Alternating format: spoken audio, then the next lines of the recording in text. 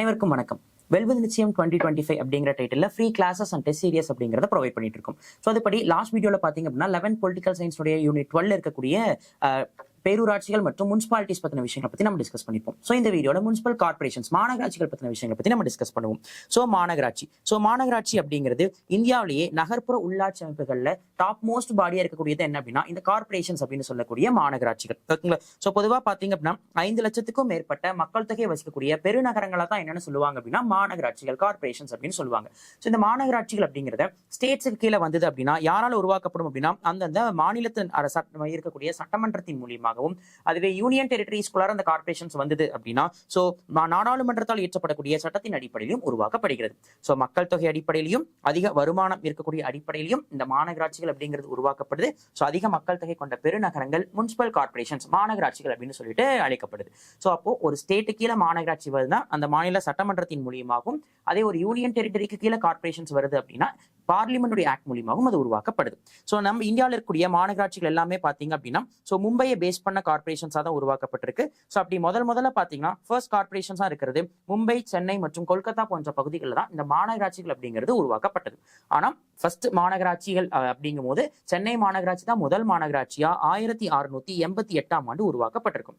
ஆனா மாநகராட்சிகளுடைய அமைப்பு அப்படின்னு சொல்லி பார்க்கும்போது மும்பை மாநகராட்சியை பொறுத்துதான் இப்ப இருக்கிற எல்லா கார்பரேஷன்ஸும் உருவாக்கப்படுது.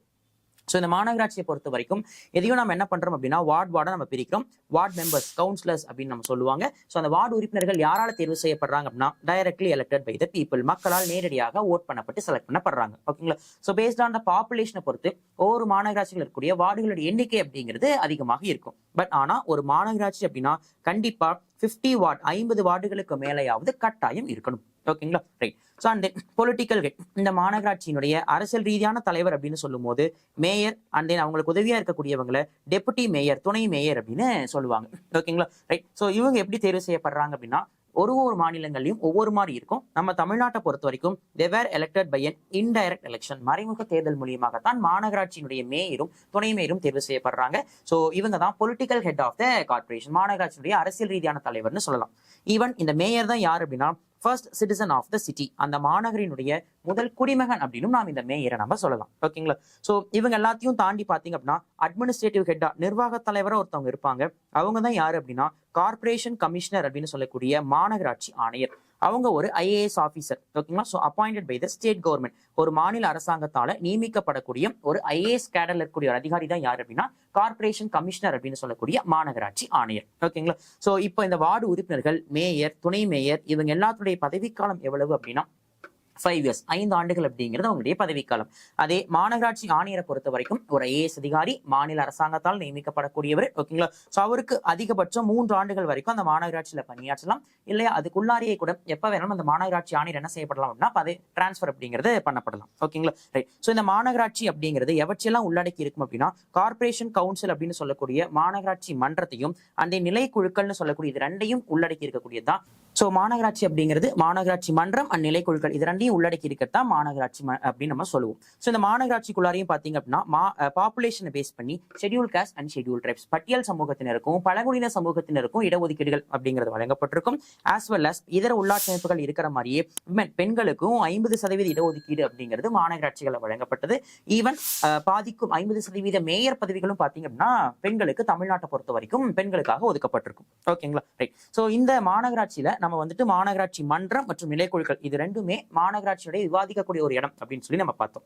சோ இதுல இந்த நிலைக்குழுக்களுடைய பணி என்ன அப்படின்னா மாநகராட்சிக்கு துணையாக செயல்படுவது. அதாவது பாத்தீங்க அப்படின்னா நகராட்சி ஆணையினுடைய பரிந்துரையின் அடிப்படையில் அனைத்து திட்டங்களும் செயல்படுத்தப்படுகிறது. சோ அப்போ ஒரு மாநகராட்சியால செயல்படுத்தக்கூடிய திட்டங்கள் எல்லாத்தையுமே மேற்பார்வையிடுறது, கண்காணிக்கிறது இது எல்லாமே யாருடைய பணியா இருக்கும் அப்படின்னா இந்த நிலைக்குழுனுடைய பணியாகத்தான் இருக்கும். ஓகேங்களா? சோ இந்த மாநகராட்சியினுடைய ஆணையர் தான் பாத்தீங்கன்னா இந்த மாநகராட்சிக்கு தலைமை தாங்கக்கூடியவராக செயல்படுவார். அந்த மாநகராட்சியுடைய கொள்கைகளை செயல்படுத்தக்கூடியவராகவும் அவர் இருப்பார். சோ இந்த 74வது சட்ட திருத்தம் பாத்தீங்க அப்படின்னா ஃபர்தரா வேற இன்னொரு விஷயத்தையும் உருவாக்குது அப்படின்னா வார்டு கமிட்டிஸ் அப்படின்னு சொல்லக்கூடிய வார்டு குழுக்களையும் உருவாக்குது. சோ அது என்ன வார்டு கமிட்டிஸ் அப்படின்னா ஒரு வார்டோ இல்ல ஒன்றுக்கும் மேற்பட்ட வார்டுகளை உள்ளடக்கி ஒரு குழு உருவாக்கப்படும். ஓகேங்களா? சோ அதுல யாரெல்லாம் மெம்பர்ஸா இருப்பாங்க? மாநகராட்சியினுடைய மேயர், ஓகேங்களா? சோ மாநகராட்சியினுடைய துணை மேயர் அண்ட் தென் வந்துட்டு வார்டு உறுப்பினர்கள் இவங்க எல்லாரும் தான் இருப்பாங்க. சோ வார்டு உறுப்பினர்கள்ல ஒருத்தர் என்ன பண்ணுவாங்க அப்படின்னா அந்த வார்டு குழுவுக்கு தலைவராக செயல்படுவாங்க. ஸோ பொதுவா அவங்க ஒரு வருஷத்துக்கு செயல்படுவாங்க. மறுபடியும் அதுக்கு பிறகு மறுபடியும் அவங்க எலெக்ஷன்ல கூட மறுபடியும் என்ன பண்ணலாம்னா அந்த வார்டு கமிட்டிஸ்க்கு செலக்ட் பண்ணலாம். அப்போ இப்போ ஒரு மாநகராட்சியில ஒரு 60 வார்டு இருக்கு அப்படின்னா 15 வார்டா பாத்தீங்க அப்படின்னா வார்டு கமிட்டிஸ் குழுக்களாக உருவாக்கப்பட்டிருக்கும். ஓகேங்களா? இந்த 15 வார்டை சேர்ந்த வார்டு உறுப்பினர்கள் அந்த மெம்பரா இருப்பாங்க. அதுல ஒருத்தர் தான் பாத்தீங்க அப்படின்னா அந்த வார்டு கமிட்டிக்கு ஹெட்டாகவும் செயல்படுவார். அண்ட் இது எல்லா வார்டு கமிட்டிலையும் மாநகராட்சி மேயர், துணை மேயர் அவங்க எல்லாருமே உறுப்பினரா இருப்பாங்க. அப்ப இந்த 15 வார்டுகளுக்கு உட்பட்டு இருக்கிற அனைத்து திட்டங்களுக்கும் யார் பொறுப்பா இருப்பாங்க? அந்த வார்டு கமிட்டின்னு சொல்லக்கூடிய வார்டு குழுவுக்கு ஹெட்டா இருக்கிறவங்க செயல்படுத்தக்கூடியவங்களா தலைமை தாங்க பொறுப்புல இருப்பாங்க. ஓகேங்களா? சோ உங்களுடைய மெயினான வேலை என்னவா இருக்கும்? சோ குடிநீர் விநியோகம், துப்புரவு பணி, சாக்கடை இணைப்பு, தெருக்களில் நிறைந்துள்ள நீரை வெளியேற்றுதல், திடக்கழிவுகள் சேமிப்பு, அகற்றுதல், தெருவிளக்கு அமைத்தல், பூங்காக்களை அமைத்தல் போன்றவை இவங்களுடைய முக்கியமான பணியாக இருக்கும் அப்படின்னு சொல்றாங்க. ஓகேங்களா? ரைட். சோ இது மட்டும் இல்லாம இந்த 74th அமெண்ட்மெண்ட் ஆக்ட் மூலியமா ஏற்கனவே 73rd அமெண்ட்மெண்ட் ஆக்ட் படி பாத்தீங்க அப்படின்னா திட்டக்குழு அண்ட் நிதிக்குழு இது ரெண்டையும் உருவாக்கி இருந்தாங்க இல்லையா? Planning commission, finance commission. So அதே மாதிரி பாத்தீங்கன்னா இந்த 74வது சட்ட திருத்தத்தின் மூலியமாகவும் நிதி ஆணையம், நிதிக்குழு அப்படிங்கிறது உருவாக்கப்பட்டிருக்கும். அந்த நிதிக்குழுல பாத்தீங்க அப்படின்னா 3க்கு குறையாமலும் 5க்கு மிகாமலும் கண்டிப்பாக உறுப்பினர்கள் இருக்கணும் அப்படிங்கிற விஷயத்தை பத்தியும் என்ன பண்ணிருப்பாங்க அப்படின்னா மென்ஷன் பண்ணிருப்பாங்க. ஓகேங்களா? சோ அப்போ ஒரு மிகப்பெரிய சிட்டியை கவர்ன் பண்ணக்கூடிய ஒரு பொறுப்பு அப்படிங்கிறது இந்த மாநகராட்சிக்கு உண்டு. இவங்க தான் லோக்கல் கவர்மெண்ட் உள்ளாட்சி அமைப்புகளையும் மிகப்பெரிய ஒரு அமைப்பாக செயல்படக்கூடியவங்களாக இருப்பாங்க. ஸோ வார்டு உறுப்பினர்கள் இருப்பாங்க, மக்களால் தேர்ந்தெடுக்கப்படுவாங்க. மேயர் அண்ட் டெபுட்டி மேயர், துணை மேயர் இருப்பாங்க. ஸோ அவங்க அரசியல் ரீதியான தலைவர், மறைமுக தேர்தல்.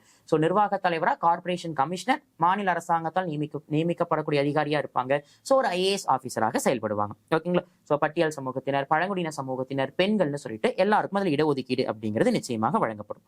ஓகேங்களா? ரைட். அடுத்தது தமிழகத்தில் உள்ளாட்சி அமைப்புகள். ஓகேங்களா? ஸோ தமிழ்நாட்டில் லோக்கல் கவர்மெண்ட் எப்படி இருக்கு? ஸோ தமிழ்நாட்டை பொறுத்த வரைக்கும் urban local government and rural, so ரெண்டுலையுமே பார்த்தீங்க அப்படின்னா டிஃப்ரெண்ட் டைப்ஸ் ஆஃப் லோக்கல் கவர்மெண்ட்ங்கிறது இருக்கு. ஸோ இப்போ நகர்ப்புற உள்ளாட்சி அமைப்புகள் அப்படின்னு சொல்லும் போது கார்பரேஷன்ஸ் மாநகராட்சிகள், முனிசிபாலிட்டிஸ் நகராட்சிகள், டவுன் பஞ்சாயத்து சொல்லக்கூடிய பேரூராட்சிகள், இது மூணுமே தமிழ்நாட்டில் இருக்கக்கூடிய நகர்ப்புற உள்ளாட்சி அமைப்புகள்னு சொல்லலாம். இதுவே ரூரல் லோக்கல் கவர்மெண்ட் ஊரக உள்ளாட்சி அமைப்புகள் அப்படின்னு சொல்லும் போது பாத்தீங்க அப்படின்னா 3 tier 3 அடுக்கு உள்ளாட்சி அமைப்புகள் அப்படிங்கிறது இருக்கும். அதாவது பாத்தீங்கன்னா the first one is village panchayat, கிராம ஊராட்சி அப்படின்னு சொல்லலாம். The next one is panchayat union, ஊராட்சி ஒன்றியம். அண்ட் தென் டிஸ்ட்ரிக்ட் பஞ்சாயத், மாவட்ட பஞ்சாயத்து அப்படின்னு சொல்லிட்டு இந்த 3 tier of local government system are 3 tier of panchayat raj system, 3 அடுக்கு பஞ்சாயத்தாஜ் முறை அப்படிங்கிறது தான் தமிழ்நாட்டில் இருக்கிற ஊரக உள்ளாட்சி அமைப்புகளுடைய வகைகள். அப்போ ஒவ்வொரு 500 பேருக்கு ஒரு வில்லேஜ் பஞ்சாயத் கிராம ஊராட்சியும், ஒவ்வொரு 5000 பேருக்கு ஒரு பஞ்சாயத்து யூனியனும், ஒரு 50,000 பேருக்கு ஒரு மாவட்ட ஊராட்சியும் என்ன செய்யப்படும் அப்படின்னா உருவாக்கப்பட்டிருக்கும். அப்போ பல வில்லேஜ் பஞ்சாயத்து ஒன்று சேர்ந்தது ஒரு பஞ்சாயத்து யூனியன், பல பஞ்சாயத்து யூனியன் ஒன்று சேர்ந்தது ஒரு டிஸ்ட்ரிக்ட் பஞ்சாயத். ஓகேங்களா? ஸோ தமிழ்நாட்டை பொறுத்த வரைக்கும் 38 டிஸ்ட்ரிக்ட் இருக்கு. ஆனா 37 டிஸ்ட்ரிக்ட் பஞ்சாயத்து தான் இருக்கு. ஒரே ஒரு டிஸ்ட்ரிக்ட்ல மட்டும் டிஸ்ட்ரிக்ட் பஞ்சாயத்து கிடையாது. யார் அவங்க அப்படின்னா சென்னை. ஏன்னா சென்னை முழுவதும் எது கீழே வந்துடும்? அர்பன் லோக்கல் கவர்மெண்ட், மாநகராட்சி கீழே வந்துடும் அப்படிங்கிறனால அங்க மட்டும் பாத்தீங்க அப்படின்னா உங்களுக்கு ரூரல் லோக்கல் கவர்மெண்ட் அப்படிங்கிறது இருக்காது. ஓகேங்களா? ஸோ தமிழ்நாட்டிலையும் 73, 74வது சட்ட திருத்தம் அப்படிங்கிறது படி பஞ்சாயத்து ராஜ் அமைப்புகள் அப்படிங்கிறது ஏற்படுத்தப்பட்டிருக்கும். ஓகேங்களா? ஸோ அதன் அடிப்படையில் பாத்தீங்க அப்படின்னா ஸோ பட்டியல் சமூகத்தினர், பழங்குடியின சமூகத்தினருக்கு இடஒதுக்கீடு வழங்குறது. பெண்களுக்கு பாத்தீங்கன்னா அந்த 73, 74வது சட்ட திருத்தத்தின்படி 33%, அதாவது 1/3 பங்கு இடஒதுக்கீடு வழங்குறது. ஓகேங்களா? ஸ்டேட் எலெக்ஷன் கமிஷன், மாநில தேர்தல் ஆணையத்தை நிறுவுறது. ஓகேங்களா? யூனிஃபார்ம் டென்யூர், சரிசமமா 5 ஆண்டுகள் அவங்களுக்கு பதவி காலத்தை உருவாக்குறது. இது எல்லாமே தமிழ்நாட்டினுடைய 73, 74வது சட்ட திருத்தத்தின்படி தமிழ்நாட்டில் அமல்படுத்தி இருக்கக்கூடிய அந்த சட்டத்தினுடைய சிறப்பம்சங்கள் அப்படின்னு சொல்லலாம். ஸோ அதன்படி தமிழ்நாட்டில் 12,620 கிராம பஞ்சாயத்துகளும், 380 ஊராட்சி ஒன்றியமும், 30 மாவட்ட பஞ்சாயத்துன்னு கொடுத்துருக்காங்க. பட் இது old data. So new data நமக்கு அப்டேட் ஆயிடுச்சு. ஓகேங்களா? ஸோ இப்போ வரைக்கும் 37 மாவட்ட பஞ்சாயத்து இருக்கு அப்படிங்கிறத நீங்க தெரிஞ்சு வச்சுக்கோங்க. அது மட்டுமே போதுமானது. ஓகேங்களா? ரைட். ஸோ இதே ஸோ தமிழ்நாட்டிலையும் பாத்தீங்க அப்படின்னா 73rd and 74th அமெண்ட்மெண்ட் ஆக்டுக்கு முன்னாடியே பஞ்சாயத்து ராஜ் அமைப்புகள் அப்படிங்கிறது இருந்தது. ஓகேங்களா? ஸோ அப்படி தமிழ்நாடு பஞ்சாயத்து ராஜ் சட்டம் 1958, 1958 தான் முதல்ல தமிழ்நாடு பஞ்சாயத்து ராஜ் சட்டம் எனாக்ட் பண்ணப்பட்டது. ஸோ அந்த சட்டத்தை தான் நம்ம என்ன பண்ணிருப்போம்? ரீப்ளேஸ் பண்ணி 1994ல தமிழ்நாடு பஞ்சாயத்து ராஜ் ஆக்ட் அப்படிங்கிறத எனாக்ட் பண்ணிருப்போம். அதை ஃபர்தரா என்ன பண்ணிருப்போம்? 1996ல திருத்தம் பண்ணிருப்போம். அப்ப 1958ல போட சட்டத்தை தான் 1994ல மாத்தி அதை 1996ல என்ன பண்ணிருப்போம்? அமெண்ட்மெண்ட் திருத்தம் அப்படிங்கிறத செஞ்சிருப்போம். அந்த திருத்தத்தின் அடிப்படையில தான் பாத்தீங்கன்னா வளர்ச்சி திட்டங்களை ஏற்படுத்துறதுக்காக மாவட்ட திட்டக்குழு, டிஸ்ட்ரிக்ட் பிளானிங் கமிட்டி, மாநில தேர்தல் ஆணையம், ஸ்டேட் எலெக்ஷன் கமிஷன் அண்ட் மாநில நிதி ஆணையம், ஸ்டேட் பினான்ஸ் கமிஷன் போன்றவை எல்லாமே என்ன செய்யப்பட்டிருக்கும்னா தமிழ்நாட்டில் உருவாக்கப்பட்டிருக்கும். ஓகேங்களா? ஸோ 1994ல இந்த சட்டம் உருவாக்கப்பட்டதுக்கு பிறகு ஓகேங்களா ஸோ மொத்தமா பாத்தீங்க அப்படின்னா 1,17,000 பிரதிநிதிகள் அப்படிங்கிறவங்க பஞ்சாயத்து ராஜ் மூலியமாக 3 அடுக்கு பஞ்சாயத்து ராஜ் முறை மூலியமாக தேர்ந்தெடுக்கப்பட்டிருப்பாங்க. ஸோ அப்போ 1994ல ஆக்ட் போட்டு முதல் தேர்தல் எப்ப நடந்ததுன்னா 1996ல. அதுக்கப்புறம் 2வது தேர்தல் 2001ல, மூணாவது தேர்தல் 2006, அதுக்கு பிறகு 2011. பட் ஆனா அதுக்கு பிறகு 2016 தேர்தல் நடந்திருக்கணும். ஓகேங்களா? ஸோ வழக்குகள் இருந்தனால தேர்தல் ஒத்தி வைக்கப்பட்டது. ஸோ அதனால என்ன பண்ணாங்கன்னா 2011க்கு பிறகு நியமிக்கப்பட்டிருப்பாங்க இல்லையா அட்மினிஸ்ட்ரேட்டிவ் ஹெட், நிர்வாக அதிகாரிகள், அவங்களுடைய பதவிக்காலம் என்ன செய்யப்பட்டது அப்படின்னா நீட்டிக்கப்பட்டது. ஸோ அப்படிதான் தமிழ்நாடு நகர்ப்புற சட்டங்கள் மசோதா 2018, தமிழ்நாடு பஞ்சாயத்துகள் 2வது சட்ட திருத்த மசோதா 2018 அடிப்படையில ஊரக மற்றும் நகர்ப்புற உள்ளாட்சி அமைப்புகள் இருக்கக்கூடிய தனி அதிகாரிகள், அதாவது எக்ஸிக்யூட்டிவ் ஹெட்டா இருப்பாங்க இல்லையா எல்லா லோக்கல் பாடிஸ்லயும், அவங்களுடைய பதவி காலத்தை நீட்டிப்பதற்கான மசோதா 2018 தாக்கல் செய்யப்பட்டது.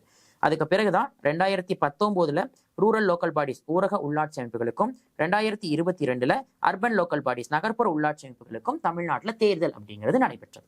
ஓகேங்களா? ஸோ அதன்படி இப்ப பாத்தீங்க அப்படின்னா 25 கார்பரேஷன்ஸ், 25 மாநகராட்சிகள் அப்படிங்கிறது உருவாக்கப்பட்டது. ஸோ புதுசா பாத்தீங்க அப்படின்னா நாமக்கல், திருவண்ணாமலை, புதுக்கோட்டை அண்ட் காரைக்குடி அப்படின்னு சொல்லிட்டு மொத்தம் 25 மாநகராட்சிகள். முதல்ல 21 இருந்தது, இப்ப 4 மாநகராட்சிகள் புதுசா உருவாயிருச்சு. நாமக்கல், திருவண்ணாமலை, புதுக்கோட்டை அண்ட் காரைக்குடி. ஸோ இப்போ 25 கார்பரேஷன்ஸ். முனிசிபாலிட்டிஸை பொறுத்த வரைக்கும் இப்போ 138 நகராட்சிகள் அப்படிங்கிறது இருக்கு. பேரூராட்சிகளை பொறுத்த வரைக்கும் 490 பேரூராட்சிகள் அப்படிங்கிறது இப்போ தமிழ்நாட்டில் ஆஸ் ஆஃப் நோ டிசம்பர் 2024 படி இருக்கு. ஓகேங்களா? ரைட். ஸோ இந்த உள்ளாட்சி அமைப்புகளை பொறுத்த வரைக்கும் பல சவால்கள் அப்படிங்கிறத சந்திக்கிறாங்க. ஓகேங்களா? ஸோ என்ன மாதிரியான சவால்கள் சந்திக்கிறாங்க அப்படின்னா, உள்ளாட்சி அமைப்புகளுக்கு குறிப்பிடத்தக்க அளவு பொறுப்புகளை அதிகரிக்கப்பட வேண்டும். ஓகேங்களா? ஸோ உள்ளாட்சி அமைப்புகள் லோக்கல் பாடிஸ்க்கான பொறுப்புகள் அப்படிங்கிறது கம்பேரிட்டிவ்லி லோவா இருக்கு. ஸோ அதுக்கான பொறுப்புகளை அதிகரிக்கணும் அப்படின்னும், அண்ட் தென் பாத்தீங்கன்னா கிராம நீதிமன்றங்கள், காவல்துறையானது முழுமையாக மாநில அரசின் கட்டுப்பாட்டில் இருக்கிற வரைக்கும் இது சாத்தியப்படாது. அப்போ கிராம நீதிமன்றங்களும் காவல்துறையும் உள்ளாட்சி அமைப்புகளுக்கு கீழே வரும்போதுதான் இன்னும் உள்ளாட்சி அமைப்புகள் ரொம்ப எஃபெக்டிவா செயல்பட முடியும் அப்படிங்கிற விஷயத்தையும் சொல்றாங்க. இதெல்லாம் தான் தற்காலிகமா உள்ளாட்சி அமைப்புகள் இருக்கக்கூடிய பல பிரச்சனைகள் அப்படின்னு சொல்லலாம். ஓகேங்களா? ஸோ இப்போ புக் பேக் எக்ஸசைசஸ் ப்ராக்டிஸ் பண்ணிடலாம். எப்பொழுது சென்னை மாநகராட்சி உருவாக்கப்பட்டது அப்படின்னா 1688 தான் கரெக்ட் ஆன்சர். ஸோ 87 கொடுத்துருக்காங்க, 88னு மாத்திக்கோங்க. எப்போது ரிப்பன் பிரபு தீர்மானம் ஏற்கப்பட்டது அப்படின்னா இந்தியர் 1882. எதன் மூலம் இரட்டையாட்சி முதலில் ஏற்படுத்தப்பட்டது? இந்திய அரசாங்க சட்டம் 1919. நகர்பாலிகா சட்டம் கொண்டு வரப்பட்ட ஆண்டு 1992. 73, 74வது சட்ட திருத்தத்தில் உள்ளாட்சி அமைப்பில் பெண்களுக்கு எத்தனை இடஒதுக்கீடு சதவீதம் வழங்கப்பட்டது? 33% அல்லது 1/3 இருந்திருக்கணும். இதுல ஆப்ஷன் எதுவுமே இல்லை, ஸோ எழுதிக்கோங்க. பட் 2016 இருந்து இப்போ தமிழ்நாட்டில் எவ்வளவு கொடுக்குறோம்? 50% கொடுக்குறோம் அப்படிங்கிறதையும் தெரிஞ்சுக்கோங்க. மாநில நிதி ஆணையத்தின் பொறுப்புகள் வரி வருவாய், மாநில அரசுக்கும் உள்ளாட்சி அமைப்புக்கும் பகிர்தல் தொடர்பான பரிந்துரைகளை கொடுக்கிறது. மாவட்ட திட்டக்குழு கீழ்கணவற்றால் உருவாக்கப்பட்டது அப்படின்னா that is by 74th amendment act, 74வது அரசியலமைப்பு சட்ட திருத்தம்னு இருக்கணும், அது மாத்திக்கோங்க. ஜவஹர் ரோஸ்கர் யோஜனா அப்படிங்கிறது 1999 தொடங்கப்பட்ட வேலைவாய்ப்புக்கு உத்தரவாதம் அளித்தல் அப்படிங்கிறதுக்கான திட்டம். கீழ்வரும் எந்த தேர்தலில் அரசியல் கட்சிகளுக்கு பங்கு இல்லை அப்படின்னு சொல்லும் போது பஞ்சாயத்து தலைவர் மற்றும் வார்டு உறுப்பினர் தேர்தல். ஏன்னா அங்க மட்டும்தான் சுயேட்சையாக போட்டியிட முடியும், மீதி எல்லா இடங்கள்லையும் பாத்தீங்க அப்படின்னா கட்சி சின்னத்துல தான் போட்டிடுவாங்க. உள்ளாட்சி அமைப்பின் தந்தை என கருதப்படுபவர் யார் அப்படின்னா ரிப்பன் பிரபு. ஏன்னா 1882 தீர்மானம் கொண்டு வந்திருப்பார். மாநிலங்களில் உள்ளாட்சி தேர்தலை நடத்தக்கூடிய பொறுப்பு யாருக்கு இருக்கு? மாநில தேர்தல் ஆணையத்துக்கு இருக்கு. இந்திய அரசியலமைப்பில் உள்ளாட்சி அரசாங்கம் குறிப்பிட்ட சட்ட விதிமுறைகள் எவை அப்படின்னா உறுப்பு 40, உறுப்பு 243 முதல் 243O அண்ட் ஆர்டிகல் 243P இருந்து 243ZG வரைக்கும். அரசியலமைப்பு சட்டத்தின்படி 3 அடுக்குகளை கொண்ட பஞ்சாயத்து ராஜ் அமைப்பினை பொறுத்துக. ஸோ கிராம பஞ்சாயத்து, இடைநிலை பஞ்சாயத்து மற்றும் மாவட்ட பஞ்சாயத்து. இது ப்ரீவியஸ் இயர் கொஸ்டின். ஒரு முறை நமக்கு இதே கொஸ்டின் அப்படியே எக்ஸாம்ல கேட்டிருக்காங்க. அடுத்தது கூற்று. 73வது சட்ட திருத்தத்தின் மூலம் உள்ளாட்சி அமைப்புகள் ஏற்படுத்தப்பட்டன. காரணம், மக்களாட்சியானது உள்ளாட்சி அரசாங்கங்களின் மூலம் அடித்தட்டு மக்களை சென்றடைந்தது. எஸ், கூற்று மற்றும் காரணம் இரண்டுமே சரி, மேலும் சரியான விளக்கம் கூட. So the answer is option A. ஓகேங்களா? ரைட்.